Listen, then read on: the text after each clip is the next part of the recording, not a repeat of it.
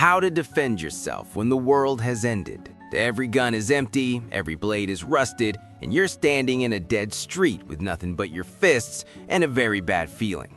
No worries, your skeleton is a crowbar, your joints are levers, and your brain, that's the trigger. Welcome to Biomechanics, the science of turning meat into a weapon.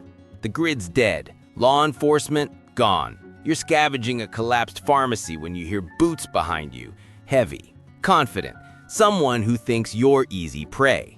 You've got no knife, no gun, no bat, just you, your body, and about 3 seconds to decide if you're predator or lunch. Here's the truth. Humans are apex predators. We just got soft. But your body, still designed to break things. You just need to remember how. Let's talk survival combat. No dojo, no honor, just physics, pain, and walking away alive. First, forget everything you think you know about fighting. This isn't a movie. There's no soundtrack, no slow motion, just adrenaline, chaos, and the cold fact that your attacker has about 60 pounds on you and zero empathy. Good news, your body is already a weapon. You just don't know how to aim it. Your skeleton? That's your frame. 206 bones, most of them hard enough to crack a skull if you know the angles. Your elbows are hammers, your knees are battering rams. Your forehead is denser than your fist and built to survive impact. That's not poetry, that's evolution. Your muscles are springs. They store kinetic energy and release it in bursts. A punch isn't just your arm moving. It's your legs driving force through your hips, up your spine, into your shoulder, and out through your knuckles. That's a kinetic chain. Break one link, and you're just flailing. Connect them all, and you're a wrecking ball. And your brain, that's the targeting system. It calculates distance, timing, and threat level faster than you can think. Problem is, most people panic. Panic breaks the chain. Survival combat is about staying cold while everything around you burns. You don't have time for a fair fight. Fair fights are for people with backup. You're alone. So you go for the off switches. The human body has structural weak points, places where bone meets soft tissue, where nerves cluster, where one good hit ends the conversation. Eyes, soft, vulnerable, no muscle protecting them. A thumb to the eye socket isn't about blinding someone. It's about triggering an involuntary shutdown. The brain panics. Vision goes dark. They stop thinking about you and start thinking about their survival. You use that 2-second window to run or finish it. Throat. The trachea is a soft tube held up by cartilage rings. A sharp strike collapses it. They can't breathe, can't scream, can't chase you.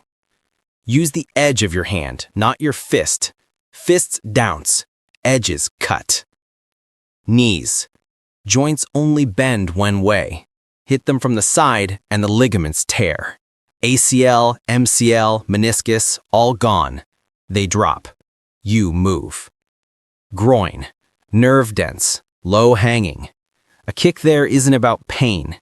It's about nausea and shock. The vagus nerve fires. Blood pressure drops. They fold. You don't wait to see if they get up. Base of the skull, where the spine meets the brainstem. A hammer fist there scrambles their nervous system. They go limp. This is last resort. This is when it's you or them, and there's no third option. You're not trying to win a fight. You're trying to create an exit. Let's talk biomechanics of a strike. How to hit without breaking yourself. Here's the problem. Most people throw a punch and break their own hand because they don't understand structure. Your hand has 27 bones. Most of them are tiny, fragile, not designed for impact. If you punch with your ring finger and pinky knuckles, you fracture your metacarpals. Congratulations, you just disarmed yourself. Instead, you punch with your index and middle knuckles. Those align with the 2 forearm bones, the radius and ulna. That's a straight load path. Force travels from your fist, through your wrist, up your arm, and into your shoulder. No weak points, no breaks. Think of it like a spear. If the shaft is bent, the tip doesn't penetrate. Your arm is the shaft. Keep it straight or the energy scatters into your joints instead of their skull. Pro tip, Make a fist right now and look at your knuckles. If your index and middle knuckles aren't the highest points, you're doing it wrong. Adjust before it matters. Keep your wrist straight. If it bends, the force dumps into the joint. Sprain, fracture, a useless hand. Tuck your thumb outside your fingers. Put it inside and you break it on impact. Simple as that. Now the body mechanics. It starts with your feet, shoulder width apart, knees slightly bent. You're a coiled spring. When you throw the punch, you push off your back foot. That force travels up your leg, rotates your hips, twists your torso, and drives through your shoulder. Your arm is just the delivery system. The real power comes from the ground. And you aim through the target, not at it, through it. You're not trying to touch their face. You're trying to hit the back of their skull from the front.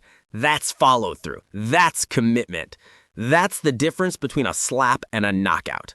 Finally, breathe out on impact. A sharp exhale. It tightens your core, stabilizes your spine, and keeps you from getting winded if they hit you back, which they will, because this is chaos, not choreography. Now for defense, how not to get hit. Offense is easy. Defense is survival. Most people freeze when someone swings at them. Deer in the headlights. It's an evolutionary glitch. Your brain sees a threat and dumps cortisol into your bloodstream. Time slows down, your vision tunnels, you forget how to move. You have to override it. Train your body to react before your brain even catches up. First rule, distance management. If they can't reach you, they can't hurt you. Stay just outside their range. Make them step forward. When they do, they're off balance. That's your moment to move. Footwork beats power every time. Muhammad Ali proved it. Float like a butterfly, sting like a bee. The translation? Don't be there when the punch arrives. Most attackers throw wild haymakers, big looping punches. They look scary, but they're slow, and they leave the attacker exposed. You just need to not be in the way.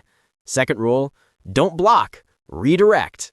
Blocking is meeting force with force. You lose that game. Instead, you parry, slop their arm to the side as it comes in. Use their momentum against them. They swing right, you push it further right. Now their body is open, their ribs, their neck, their knee. You exploit that gap. Third rule, move your head. It sounds obvious, but almost no one does it. Your head is the primary target. It's where your brain lives. If that gets rattled, you're done. So you slip, you duck, you weave. Make them miss by inches.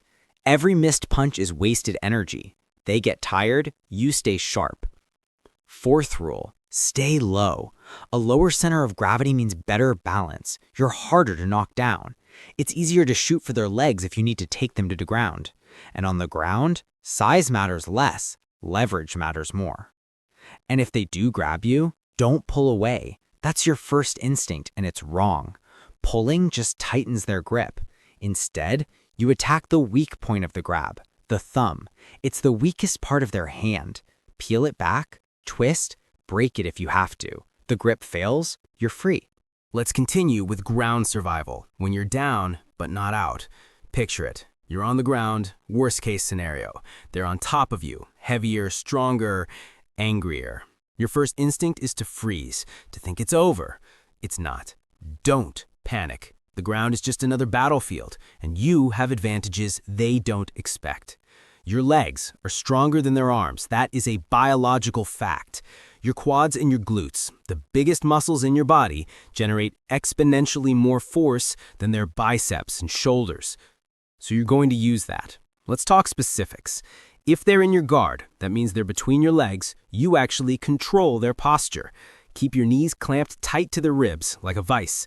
Your hands go on their neck or their collar. The moment they try to posture up to punch, you sweep them, hook your leg behind theirs, and bridge your hips up and over, forcefully. They roll, just like that. You're on top.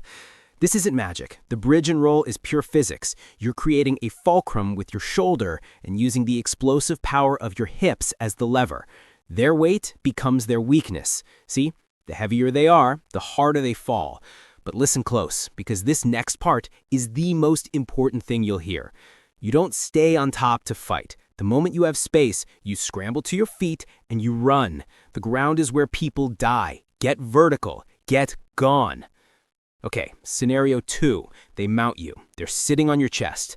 Don't try to bench press them off. You'll just gas yourself out in seconds. It's what they expect.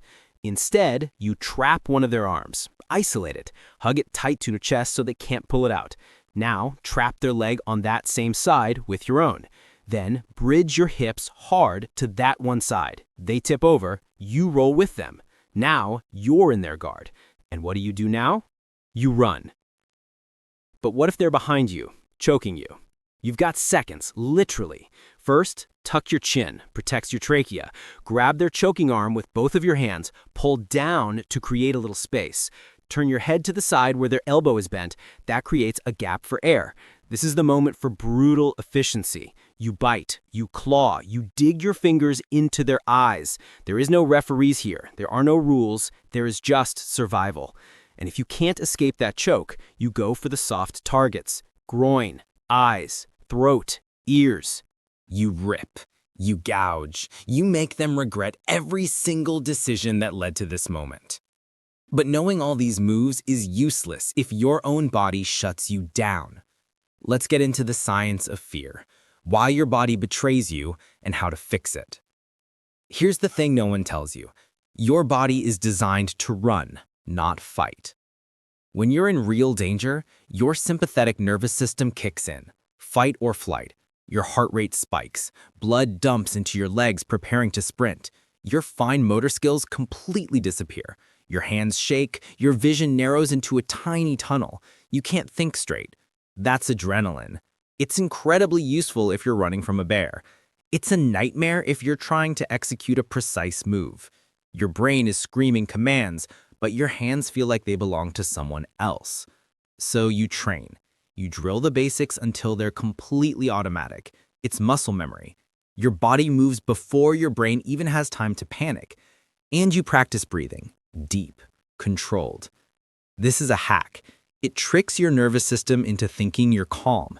Your heart rate drops. Your vision clears. You can think again.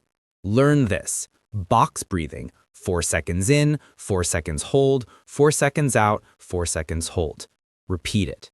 It's what Navy SEALs use before a mission. It works in a firefight. It'll work in a fistfight. That simple action sends a signal straight to your ancient lizard brain. It tells it, I am in control here. Your body doesn't know the difference between real danger and imagined danger. So you train in high-stress scenarios. Loud noises, chaos, surprise attacks. You inoculate yourself against panic. And finally, you accept the fear. It's not going away. It's part of the system. You just don't let it drive. You acknowledge it, you nod to it, and then you use it. Fear sharpens your focus. It makes you faster, stronger. You just have to stay cold inside the fire. So there it is. How to defend yourself when the world has ended and you've got nothing but your body and the will to survive. Your skeleton is a weapon. Your joints are levers. Your brain is the targeting system. You don't need a gun. You don't need a knife. You just need to remember what you are. A human, an apex predator, built to adapt, built to survive, built to fight when there's no other choice. The world ended. You didn't. Now go make sure it stays that way.